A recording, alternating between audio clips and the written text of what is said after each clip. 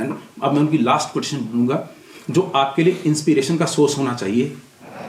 इनकी लाइन है जो चलती है, जो हम हमेशा पढ़ते हैं, मैं अपने इंस्टीट्यूट में भी उसमें लगाता हूँ हमेशा, rise awake and stop not till the goal is achieved. उठो जागो, तब तक रुको नहीं जब तक आप अपना मकसद हासिल ना कर लो। और मैं भी आज स्वामी विवेकानंद जी के बारे में एक कोट बोलना चाहूँगी। जिस दिन आपके सामने कोई समस्या न आए, आप निश्चिंत हो सकते हैं कि आप गलत रास्ते पर यात्रा कर रहे हैं। तो स्वामी विवेकानंद जी कहते हैं कि अगर आप सही रास्ते पर चलते हैं तो आपके सामने खूब समस्या आएंगी, पर गलत रास्ते पर चलने वालों के सामने कोई समस्या नहीं आती। तो ये आपके ऊपर है, आपने निश्चित करना है कि आपने अपने जीवन में क्या करना है। तो स्वामी विवेकानंद जी कहते हैं कि उठो, जागो और तब तक ना रुको जब तक लक्ष्य की प्राप्ति नहीं हो जाए। मेरा नाम लवप्रीत कौर है, मैं BA LLB फर्स्ट ईयर की छात्रा हूँ। आज हम लोगों ने ये इवेंट अटेंड करा, ये सेमिनार अटेंड करा, जिसमें हम लोगों को बहुत कुछ ऐसी चीज़ें नहीं पता चली जो हमें पहले नहीं पता थी। आज हम लोग 40th national youth day celebrate कर रहे हैं। स्वामी विवेकानंद जी की जयंती हम लोग मना रहे हैं, जो 12 जनवरी 1863 को जिनका जन्म हुआ था। तो he is one of the monk, philosopher and author, and he is also a disciple of Ramakrishna. जो रामकृष्ण जी की फ़िलोसफीज़ हैं उनको वो फॉलो करते थे, एंड जो उनकी फ़िलोसफीज़ हैं, उनके आइडियाज़ हैं, उनके बिलीव्स हैं, वो आज के यूथ को, आज के जनरेशन को प्रमोट करती हैं।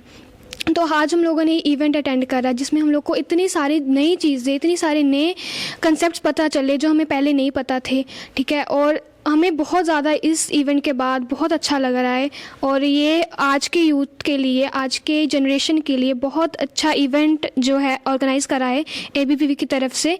तो धन्यवाद। नमस्कार, मैं यशिका BA LLB की छात्रा हूँ, फर्स्ट सेमेस्टर की, और मैं PUSS GRC में पढ़ती हूँ। आज हम यहाँ सब एकत्रित हुए हैं स्वामी विवेकानंद जी के बारे में कुछ जानने के लिए। हम यहाँ पे नेशनल यूथ डे मना कर चुके हैं, जो कि स्वामी विवेकानंद जी के बारे में बताता है। और हम इस इवेंट से जानने को मिला है कि हम नेशनल यूथ डे क्यों मनाते हैं, क्योंकि स्वामी विवेकानंद जी अपने आइडियाज़ और बिलीव्स को हमेशा यूथ की तरफ रखते थे, उनकी तरफ प्रोत्साहित करते थे कि हाँ, हम उन्हें जानें और यूथ हमारी आगे को बढ़े। उन्होंने इन पर काफ़ी बुक्स भी लिखी हैं, योग पर लिखी हैं, जैसे राजयोग, योगा, मेथड्स एंड डिसिप्लिन्स। वो डिसिप्लिन थे रामकृष्ण जी के, और इन्होंने हमें काफ़ी कुछ बताया कि यूथ को कैसे प्रमोट कर सकते हैं। युवाओं को स्वतंत्रता के साथ साथ जिम्मेदार भी होना चाहिए, जिम्मेदार शख्सियत होना चाहिए उन्हें। हम आज का इवेंट ये बहुत ही सक्सेसफुल था, और हम उम्मीद करते हैं कि आगे भी ये बहुत अच्छा रहेगा। धन्यवाद। अरे क्लियर। नमस्कार, मैं Ashish Singh, computer science 3rd year का छात्र हूँ, Punjab university Swami Sarvanand Giri regional centre का। आज हम विवेकानंद का यूथ डे मनाने के लिए यहाँ पे इकट्ठा हुए हैं।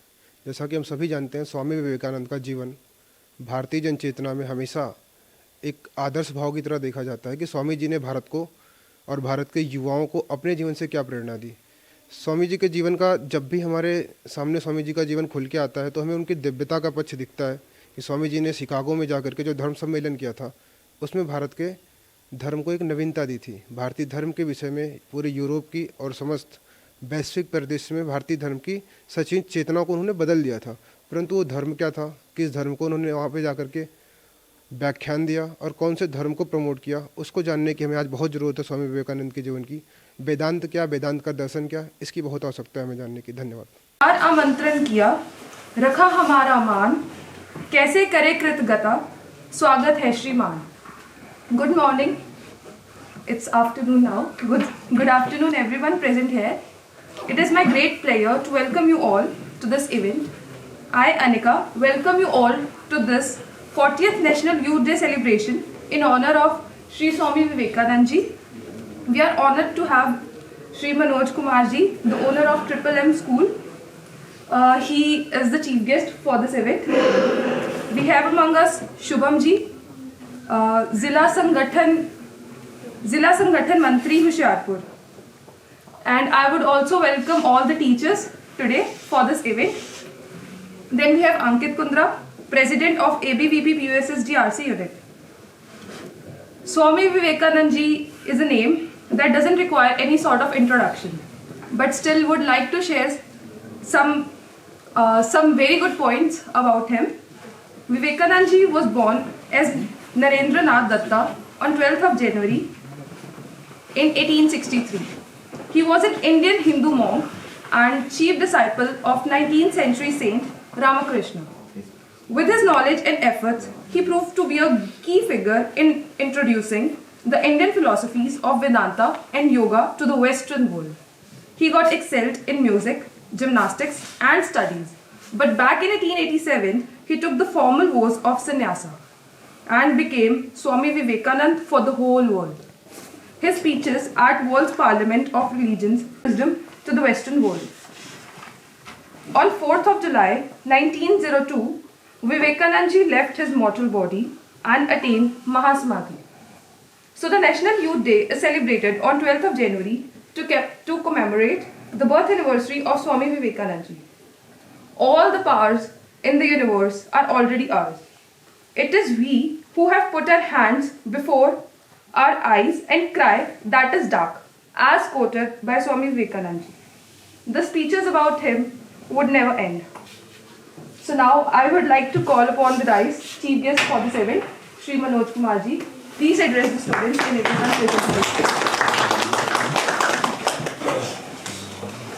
And few students of science, engineering. Basically, I am a teacher of chemistry, and I am invited here on an event of this National Youth Day. Since it's an event of ABPP, so my language of address will be Hindi only. But in few cases, कहीं मैं English code करूँगा जो ऐसा use की गई है. सबसे पहले श्रद्धांजलि देना चाहूँगा मैं स्वामी विवेकानंद जी की मदर मिसेस भुवनेश्वरी देवी. कहते ना, जननी जने तो भक्त जन, जहाँ दाता जहाँ सूर, नहीं तो जननी बांझ रहे, काहे गवावे नूर. उनका बेटा एक मिसाल बना. अब विवेकानंद जी के लिए हजारों साल नरगिस अपनी बेनूरी पर होती है, बड़ी मुश्किल से होते हैं चमन में दीदावर पैदा. मैं उनके जन्म के बाद में आऊँगा. सबसे पहले 2-3 खास उनके लेक्चर या उनके जो फिलॉसफी को एड्रेस करती हैं बातें. उनकी स्पीच इन शिकागो जाने से पहले, इफ़ एनीबडी अमंग यू, अगर आप में कोई कन्याकुमारी गया हो, है कोई कन्याकुमारी, किसी को जाने का मौका मिला हो, कन्याकुमारी में there is rock memorial of Swami Vivekananda.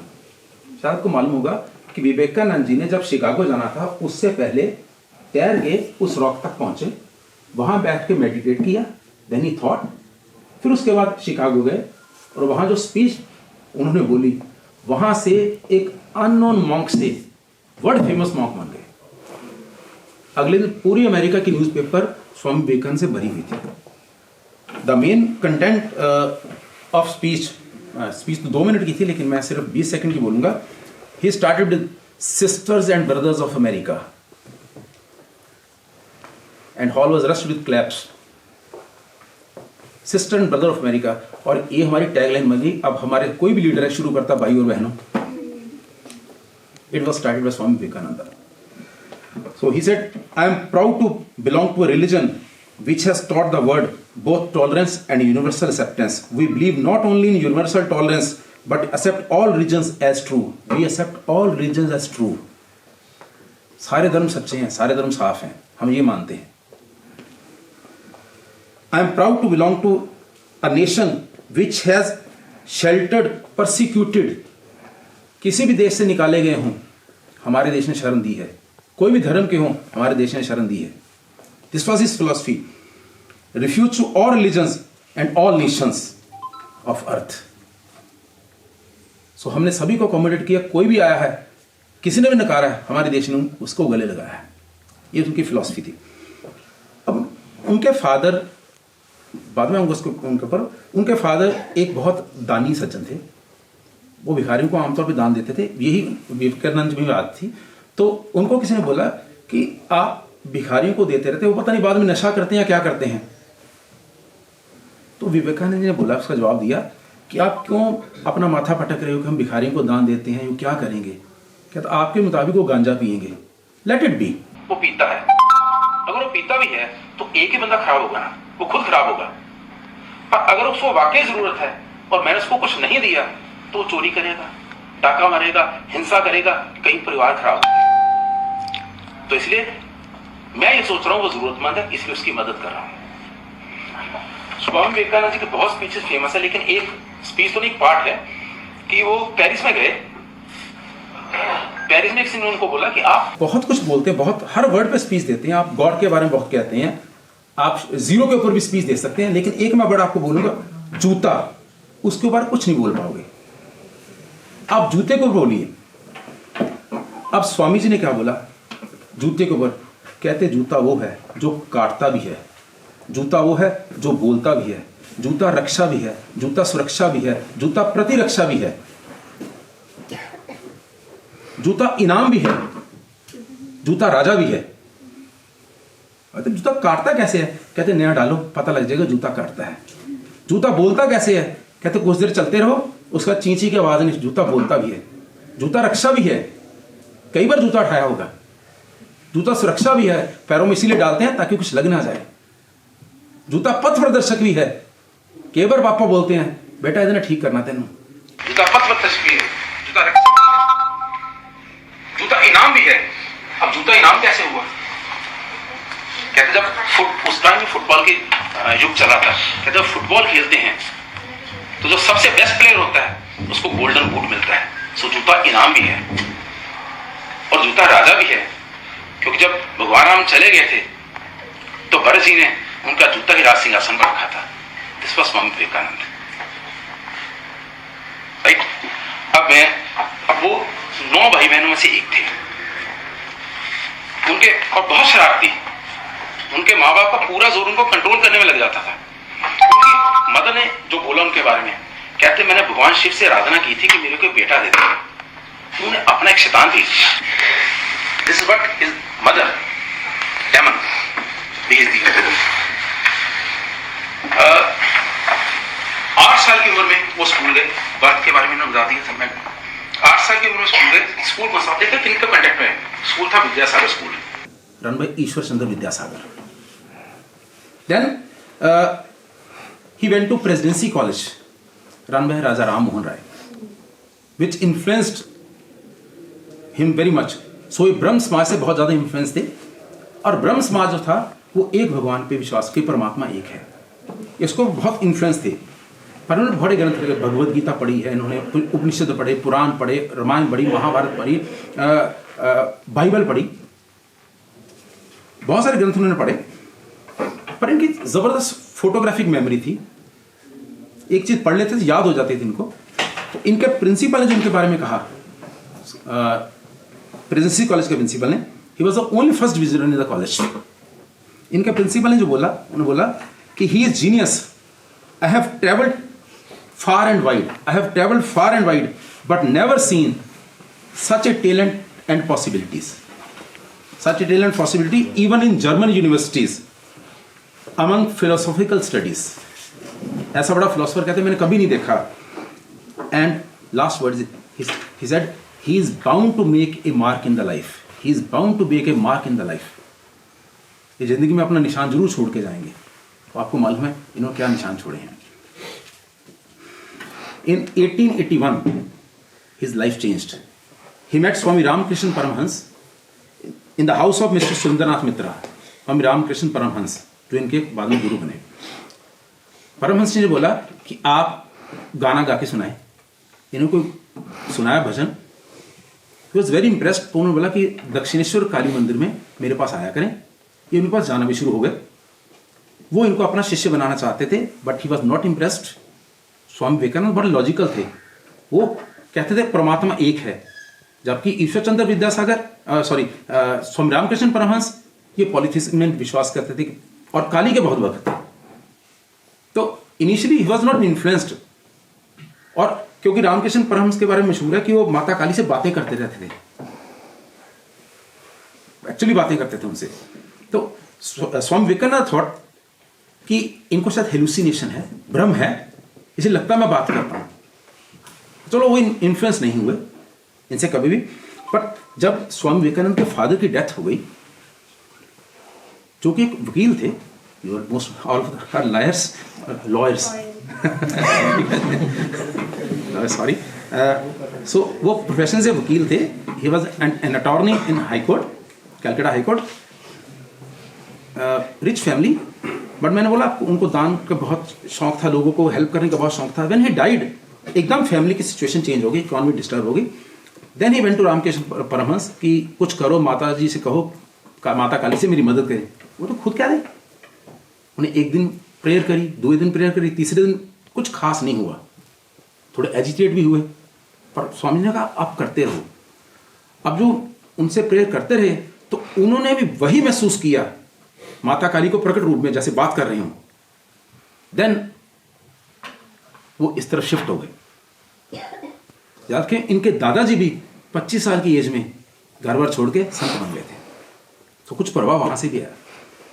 तो ये रामकृष्ण परमहंस जी की तरफ जुड़ गए। फिर 1886 में रामकृष्ण परमहंस जी की डेथ हो गई, पर उन्होंने इनको जिम्मेवारी डाली कि आपने ये सिस्टम चलाते रहना। फाइनेंशियल क्राइसिस बहुत आए लेकिन समहाउ ही सेल्ड थ्रू। फिर बात आई वो शिकागो कन्वेंशन की। शिकागो के बाद ये एक वर्ल्ड रिनाउंड सेंट बन गए। उसके बाद इन्होंने एट अ स्ट्रेच पूरा अमेरिका और पूरा यूरोप उसको कवर किया और लोगों में हिंदुइज्म सनातन का पूरा प्रचार करा इन्होंने। ठीक है, 2 मठ स्थापित किए, one is Belur Math and other is Vedanta मठ इन हिमालयास।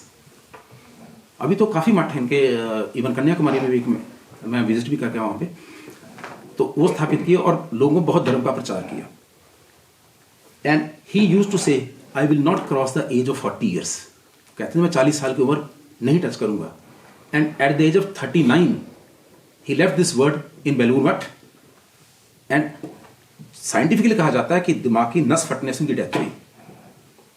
बट क्योंकि ये योगा के बहुत विद्वान थे, योगा पे 4 किताबें भी लिखी इन्होंने, राजयोग, कर्म योग, जनन योग, ऐसे भक्ति योग। तो योगा के प्रोग्राम माहिर थे। तो कहा जाता है कि ये समाधि में चले गए थे और समाधि की लास्ट अवस्था होती है जब एनर्जी यहां से बाहर निकलती है। अगर समाधि आपने पढ़ी हो तो यहां तक लास्ट स्टेज होती है। तो जब यहां से एनर्जी बाहर निकलती है then he left his body. And अब मैं उनकी लास्ट क्वेश्चन लूंगा जो आपके लिए इंस्पिरेशन का सोर्स होना चाहिए। इनके लाइन है जो चलती है, जो हम हमेशा पढ़ते हैं, मैं अपने इंस्टीट्यूट में भी उसमें लगाता हूं हमेशा, rise awake and stop not till the goal is achieved. उठो जागो, तब तक रुको नहीं जब तक आप अपना मकसद हासिल ना कर लो। Thank you.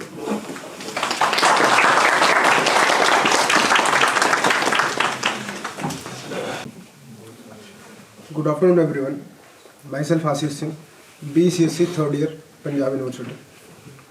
आज हम सभी यहाँ पे इकट्ठा हुए हैं स्वामी विवेकानंद की यूथ डे को सेलिब्रेट करने के लिए। स्वामी विवेकानंद भारतीय जनचेतना में एक ऐसा नाम जिसको सुनते ही सबसे पहला इंस्पिरेशन यही आता कुछ दिव्यता का, कि something miraculous have had happened, that's why Vivekananda become Vivekananda.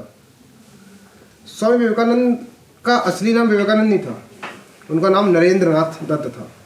इस नरेंद्रनाथ दत्त से विवेकानंद बनने की जो यात्रा है, उसका जो पक्ष है, उसके कुछ पक्ष तो यहाँ पे रखे गए, आदरणीय अतिथि महोदय ने भी रखे और उससे पहले इंट्रोड्यूस करते समय भी रखे गए। पर यात्रा इतनी सहज नहीं थी। जब हम विवेकानंद को पढ़ते हैं तो उनके जीवन का वो पक्ष जो दर्द भरा संघर्ष है, उनका एक ब्लड रेवोल्यूशन उन्होंने खुद में लड़ा, उसे हम भूल जाते हैं। उस पक्ष को ना देखना कुछ हद तक हमारे स्वार्थ के कारण हम नहीं देखते हैं, क्योंकि देखते ही बड़ी असहजता हो जाएगी कि एक सामान्य व्यक्ति अगर जमीन से उठ करके इतने ऊपर तक जा सकता है तो वाई नॉट अस। और हमें दिखाया भी नहीं जाता, शिक्षा व्यवस्था हो या कुछ भी इंस्टीट्यूशंस हो, हमें यही दिखाते हैं उनकी दिव्यता कि कुछ मिरेकुलस हुआ था। वो पैदा ही एक खास इंसान की तरह हुए थे जो चमत्कार करने के लिए ही पैदा हुआ था। शिकागो अमेरिका पहुँचे थे। शिकागो में उन्होंने अपना पहला भाषण दिया कि dear brothers and sisters of America, and this particular sentence got lot of appreciation. वहाँ पे तालियों की पूरी गड़गड़ाहट से गूंज रहा था पूरा मैदान। लेकिन विवेकानंद अमेरिका उस दिन नहीं पहुँचे थे जिस दिन उन्हें भाषण देना था। यहाँ से जहाज़ से गए वो तो बहुत पहले अमेरिका पहुँच गए थे। समय का कुछ करेक्ट पता नहीं था, कम्युनिकेशन के ट्रांसपोर्ट के रास्ते उतने सुगम नहीं थे कि एग्जैक्ट लोकेशन बता सके कब पहुँचेंगे। विवेकानंद अमेरिका ठंडियों में ही पहुँच गए थे। अमेरिका ऐसी ही ठंडी जगह, बहुत ज़्यादा ठंडी। शिकागो के जिन न्यूज़पेपरों में दूसरे दिन उनके नाम की चर्चाएं गूंज रही थी, उस समय भारत में क्या चल रहा था उनके नाम का? भारत ने क्या उन्हें जीते जी संत महात्माओं जैसा सम्मान दिया? नहीं।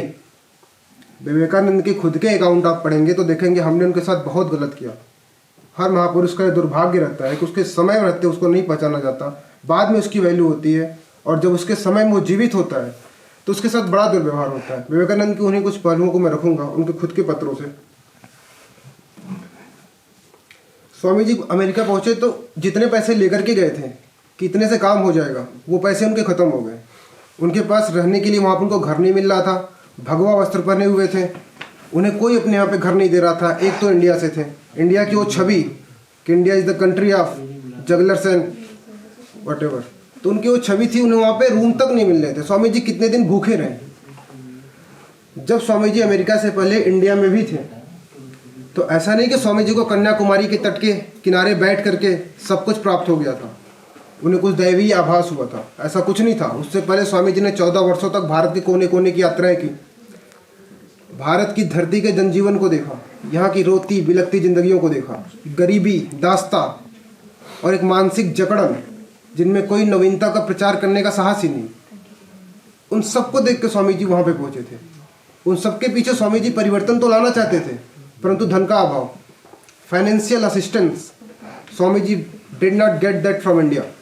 The major reason to go for America was the financial assistance, and this is I am saying from the account of Swami Vivekanand own.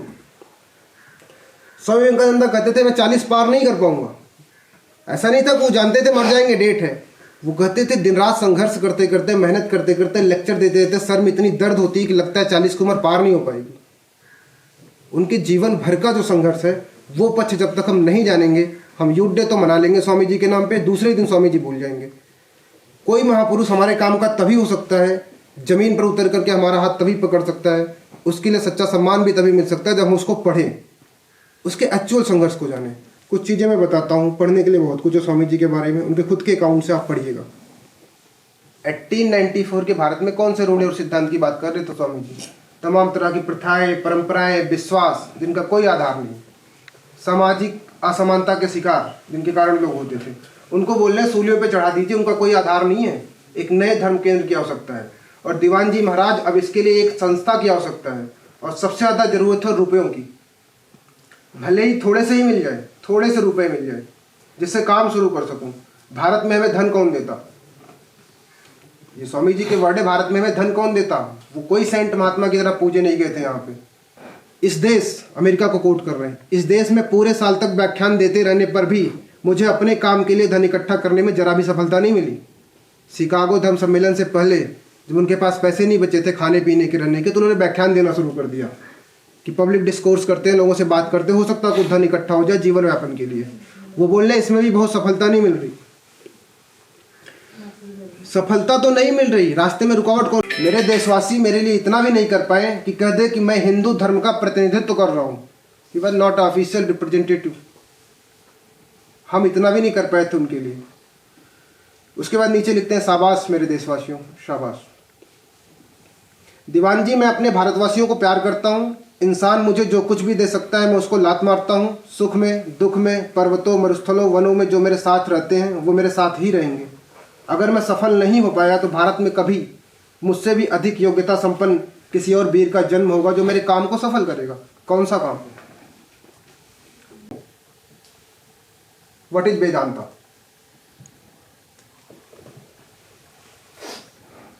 Really nobody knows? Vedanta is Vedas, the four Vedas. Up to some degree you are right. Anybody else? What is Vedanta? हमारे जो वेद है, ऋग्वेद, यजुर्वेद, सामवेद, अथर्ववेद, इन वेदों का जो last के part है, जिनको हम वेदों का ज्ञान कांड बोलते हैं। वेद जब आप पढ़ेंगे शुरुआत से, आप ऋग्वेद उठा लीजिए, मैंने तो ज़्यादा नहीं ऋग्वेद के कुछ पार्ट्स पढ़े। शुरुआत के जो भी कांड से वो कर्म कांड है, यज्ञ, हवन, पूजा पाठ की विधियां। और वेद जब अपने अंतिम भाग में पहुंचते हैं तो ज्ञान कांड की बातें करते हैं, वो होते हैं वेदांत। वेदांत का दूसरा नाम होता है उपनिषद। 18 उपनिषद है हमारी, 18 तो ज्ञात है हमारे पास। वो उसका प्रचार करने गए थे। वेदांत की फिलॉसफी क्या है? वेदांत दर्शन क्या है, दुनिया के और दर्शन से वेदांत कैसे अलग है और कैसे श्रेष्ठ है, उस वेदांत का उन्होंने प्रचार किया। वेदांत की ही उन्होंने स्थापना की और जीवन भर वेदांत के गीत गाए। भागवत गीता जिसको वेदांत का सार कहते हैं हिंदू धर्म में, वेदांत का सार, उसका उन्होंने प्रचार किया। और स्वामी जी आगे लिखते हैं कि जहाँ भी हो सके एक केंद्र स्थापित करो, क्योंकि ये काम जो है इसका होना बहुत ज़रूरी है और इसके लिए एक फाइनेंशियल असिस्टेंट चाहिए। जहाँ भी हो सके एक केंद्र स्थापित करो। अब यहाँ पर तथा इंग्लैंड में मैं दृढ़ता से स्थापित हो चुका हूँ। ये स्वामी जी व्याख्यान के बाद की बात कर रहे हैं। जब उन्हें फेमस मिले हो गए तो उन्हें फाइनेंशियल असिस्टेंट मिलने लगी। तो आगे लिखते हैं कि न्यूयॉर्क तो इस बार उन्मत्त हो उठा है। शिकागो सम्मेलन से न्यूयॉर्क तो पूरा झकझोर दिया मैंने। अगले गर्मी में लंदन को आंदोलित करना है। लंदन में अगली बार उनको भाषण देने जाना था और बड़े बड़े दिग्गज बह जाएंगे। जितनी संस्थाएं मेरा विरोध कर रही हैं, जो हिंदू धार्मिक संगठन है, अन्य धार्मिक संगठन है, जिनको लगता है कि पुरानी परंपराएं, विचार, व्यवहार ये चल तो रहे हैं, इनको हटाने की क्या जरूरत है, बाजार तो लगी है हमारी। अगर ये नया बच्चा जो अंग्रेजी में बातें कर रहा है आके लोगों को बहका रहा है तो सब उनका विरोध कर रहे हैं। विवेकानंद लिख रहे हैं सब बह जाएंगे। हमारे देश में कोई आदमी है इंडिया को संबोधित कर रहे हैं दूसरे लेटर में, ये सब तो शमशान सदृश लाशें हैं। यदि निम्न श्रेणी के लोगों को शिक्षा दे सको तो कुछ काम होगा। हमारे अतिथि भी एक शिक्षक ही हैं और शिक्षक का काम ही यही है, शिक्षा देना। विवेकानंद उस समय भी शिक्षा की ही बात कर रहे हैं कि जो भी सारा धन है उससे क्या करेंगे, वेदांत की शिक्षा देंगे लोगों को। वेदांत की शिक्षा देने से जीवन के जो ऊंचे मर्म है वो समझ में आएंगे। तो अगर शिक्षा दे सको लोगों को तो वो ज़्यादा बेहतर काम हुआ बजाय इसके किसी और तरीके के असिस्टेंट देने के। बड़े आदमियों से काम बनेगा नहीं। सभी देशों में मध्यमवर्गीय लोगों ने ही बड़े काम किए हैं। रुपए मिलने में क्या देर लगती है, बस आदमी सही मिल जाए। He got the money now, Nivarka, he got money. Now he is searching for people who can propagate his work, who can understand the philosophy of Vedanta and become a propagator because after him. But all of you know Vivekananda said कि अगर मुझे 100 आदमी भी मिल जाए तो मैं इस देश को बदल दूंगा। बट वो 100 आदमी भी उन्हें नहीं मिले। क्या भारत इतना गरीब था कि 100 आदमी नहीं हो सकते थे?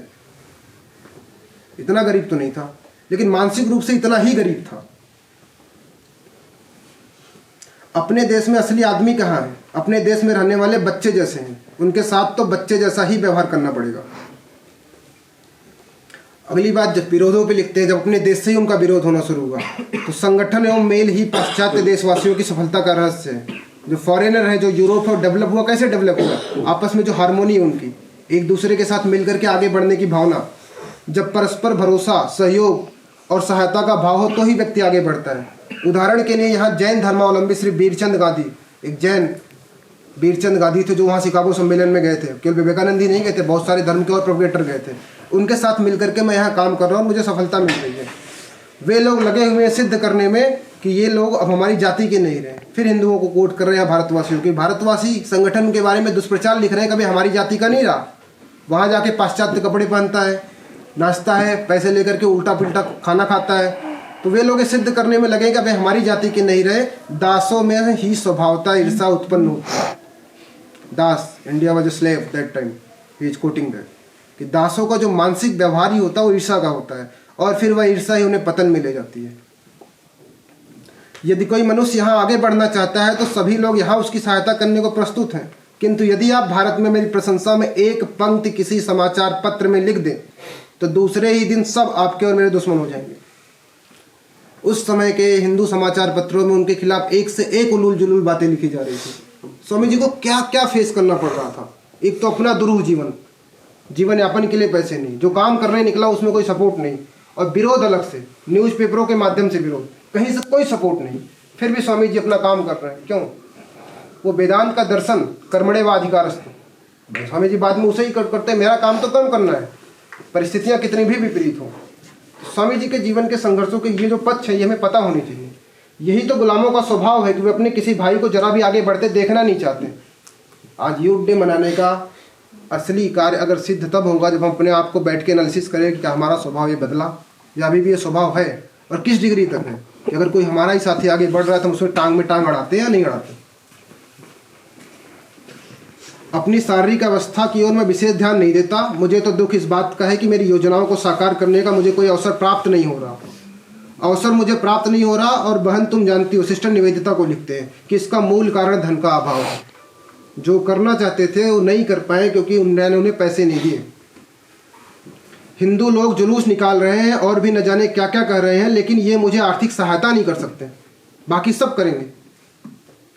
जहाँ तक आर्थिक सहायता का प्रश्न है, वो तो मुझे दुनिया में मिली सिर्फ इंग्लैंड की मिस मूलर और कैप्टन सीवियर से। उनकी ज़िंदगी आप पढ़ेंगे तो कुछ इंग्लिश मैच के बड़े ही नाम आते हैं। मिस मूलर उनमें एक है, कैप्टन सीवियर है। कैप्टन सीवियर ने स्टोरी मुझे याद आ रही, एक बार उन्हें पैसे दिए थे, उनकी माँ ने कहा था एक घर दे देना उनके पिताजी के डेथ के बाद, कि एक घर तो मेरे लिए मुयस्सर करा दो, तुम पूरी दुनिया घूम रहे हो, मैं क्या करूँ यहाँ पे। स्वामी जी ने कहा ठीक है। तो मिस मूलर उन्होंने कैप्टन सीवियर से कहा कि मैं mother is demanding for a house. तो कैप्टन सीवियर ने 6,000 रुपये दिए कि आप अपनी माँ को एक घर दे दीजिए, अलग से 6,000 दिए। उन्होंने वो पैसे भेजे एक घर देने के लिए, और जो घर देने का एजेंट था उसने वो पैसे गप्प कर लिए। उसने वो पैसे खा गए, उनकी माँ को घर नहीं दिया और बोला लड़ना है तो कोर्ट में जाके लड़ लो। उसने कहा कि तेरा बेटा सन्यासी है, वो तो कोर्ट आएगा नहीं, तुम लड़ोगी कैसे। हमने उनका एक अकेला दिया हुआ घर भी खा गए। उनकी माँ को एक घर नहीं मिला।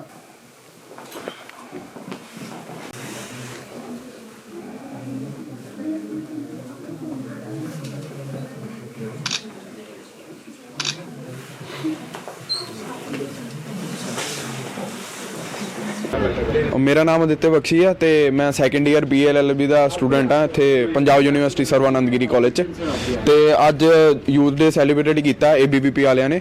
ਉਹਦੇ ਵਿੱਚ ਸਵਾਮੀ ਵਿਵੇਕਾਨੰਦ ਜੀ ਨੂੰ ਇਹ ਡੈਡੀਕੇਟ ਕੀਤਾ ਗਿਆ ਸੀਗਾ ਇਵੈਂਟ।